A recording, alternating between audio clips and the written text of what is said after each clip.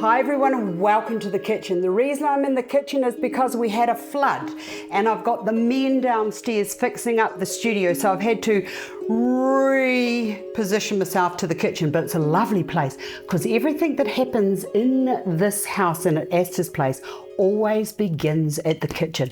Aren't kitchen benches the best places? I used to sit my boys down there and we'd have big chats while I was doing the cooking, and it was just marvellous. Anyway, stop. Enough of the talking. I'm here to help Alexis. Alexis phoned me yesterday and she said, Asta, I just absolutely love green and white hydrangeas. I love these beautiful butterfly hydrangeas that you've got in the range. I want an arrangement that looks like I just went outside and I came in and I've got this beautiful bowl of green and white. So I helped her with what she wanted and then said, I will follow it up with a little video so that you can put your own flowers together, because there's nothing nicer than having a bowl of flowers and somebody coming in and saying, oh, they're beautiful flowers, and to be able to say, yes, thank you, I made them myself. And everybody will think you're clever because you are. Okay, to begin, here's my vase that I'm going to use. I'm going to use the white vase, but you could use a green vase. I wouldn't use colour. Alexa said that she didn't want it to be sort of like over-dominating in colour, and that greens and whites were her colour. So that's why we're sticking to it. Okay, the first to go in is going to be the white. Now, as I said, Alexa said that she wanted it to look like she'd just been outside and picked them. I also want to, my tip from me is don't cut anything at this stage.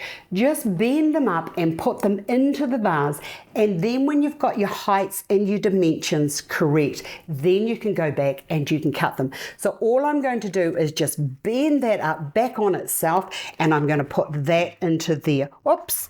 The leaf fell off. Now, if you find that the leaves do fall off, when you look into the stems here, hold on, I've got to put my glasses on because I can't see.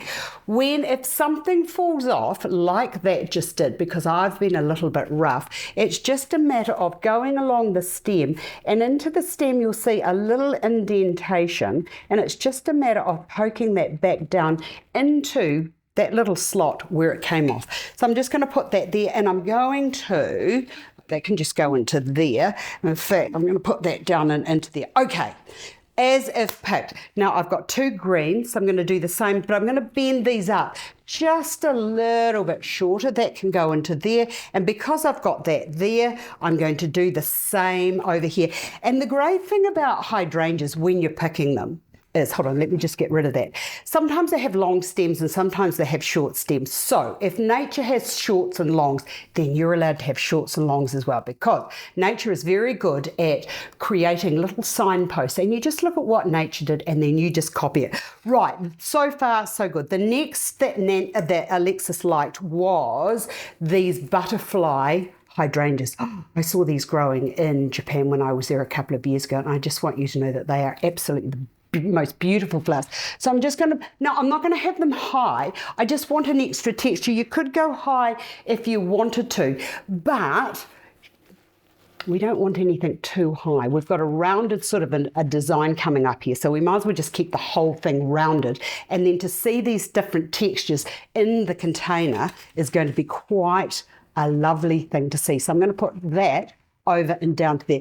Yes, if you need to, and as I said, because we didn't cut, if you need that to be a little bit higher, you can add another couple of inches onto it when you go to do your cutting. But for now, this is fine. Okay, she also was wondering about what else could she put in with the hydrangeas. Now, I absolutely love this Dusty Miller, and I love that the Dusty Miller is part of the colorways of the white, and it's got that, it is dusty. Well, no, it's not dusty, but it's got the dusty colorways on it. And I just thought that that would just bring down the intensity of the white. So I'm going to have one there. I'm going to bring one up into the middle. And because this is to be viewed from all round, I'm going to bring the other one around and into there like so. I love arrangements like this, and I just know that, now what was Napoleon's wife? Josephine would love an arrangement like this. Now the other thing that Alexis wanted was some twisty willow. Now I'm just going to get the willow and I'm going to bring a bit of willow down and into there. And this is going, I'm using this because this is going to give it a bit of movement.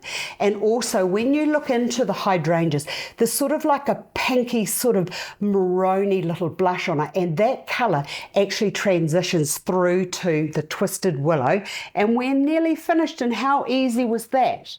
So easy. Let me have a look and see how it looks. Oh, fantastic. And the other thing that I really like is you've got this beautiful white colour of the vase and the lovely shapes. And it just, your eye just moves up and then it's diffused with and gets to rest and to roam around that lovely white form there. So there we have easy flowers for Alexis. And you know what, Alexis? If I was you, I wouldn't bother cutting because everything went into there. You might find along the way that you might want to do something else with these. I hope you've enjoyed this. I've enjoyed sharing it with you.